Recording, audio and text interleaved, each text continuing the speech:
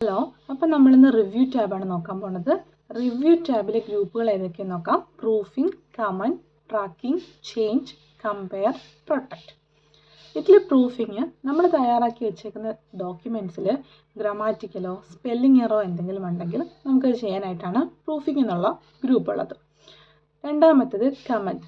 നമുക്ക് sticky notes ആയിട്ടോ കമൻറ്റ്സുകൾ എന്തെങ്കിലും ആഡ് ചെയ്യാവുന്നതാണ്. ട്രാക്കിംഗ് എന്ന് പറയുമ്പോൾ എന്തെങ്കിലും ഡിലീഷനോ അല്ലെങ്കിൽ അഡിഷനോ ഉണ്ടെങ്കിൽ നമുക്കത് ട്രാക്ക് ചെയ്ത് എഡിറ്റ് ചെയ്യാവുന്നതാണ്. ഇനി നമ്മൾ അടുത്ത ചേഞ്ച് ഗ്രൂപ്പിൽ ട്രാക്ക് ചെയ്തേക്കുന്ന ഡീറ്റെയിൽസ് അക്സെപ്റ്റ് ചെയ്യാനോ റിജക്റ്റ് ചെയ്യാനോ പറ്റുന്നതാണ്. അടുത്ത ഗ്രൂപ്പ് കമ്പയർ ആണ്.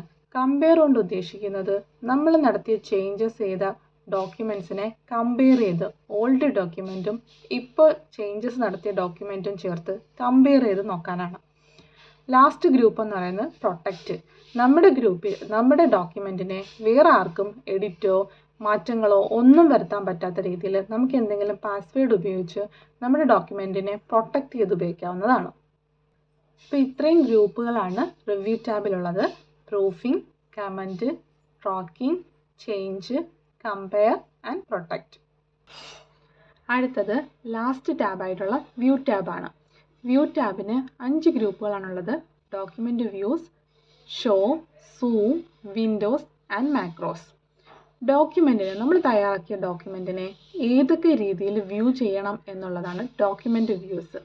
അതായത് print layout, full screen reading, web layout, outline, draft, ഈയൊക്കെ രീതിയിൽ നമ്മൾ തയ്യാറാക്കിയ ഡോക്യുമെൻറ്റിനെ വ്യൂ ചെയ്യാം എന്നുള്ളതാണ് ആ ഒരു ഓപ്ഷൻ കൊണ്ട് ഉദ്ദേശിക്കുന്നത്. പിന്നീട് അടുത്ത ഗ്രൂപ്പാണ് ഷോ.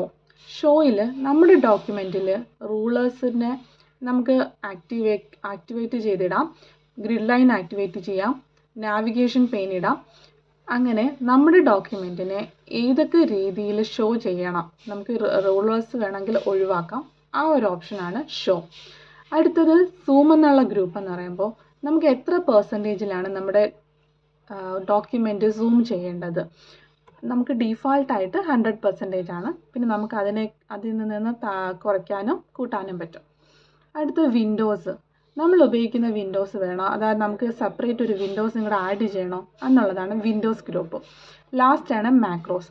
നമ്മൾ സ്ഥിരമായിട്ട് എന്തെങ്കിലും ഒരു ഡോക്യുമെൻ്റ് തയ്യാറാക്കുമ്പോൾ സ്ഥിരമായിട്ട് ചെയ്യുന്ന പ്രൊസീജിയേഴ്സിനെ നമുക്കൊന്ന് റെക്കോർഡ് ചെയ്ത് സൂക്ഷിച്ച് നമുക്ക് വേറൊരു ഡോക്യുമെൻറ്റിലോ, ഇപ്പം നമ്മളൊരു സ്ഥിരമായിട്ട് ചെയ്യുന്ന ഡോക്യുമെൻറ്റ്സിൽ ബോൾഡ്, ഇറ്റാലിക്, അങ്ങനെ നമ്മൾ എന്തെങ്കിലുമൊക്കെ ഹെഡിങ്ങിൽ ചേഞ്ചസ് ഒക്കെ വരണം.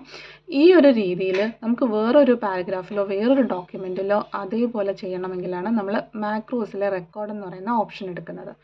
അപ്പോൾ വ്യൂ ടാബിലെ 5 ഗ്രൂപ്പുകളാണ് document views, show, zoom, windows and macros.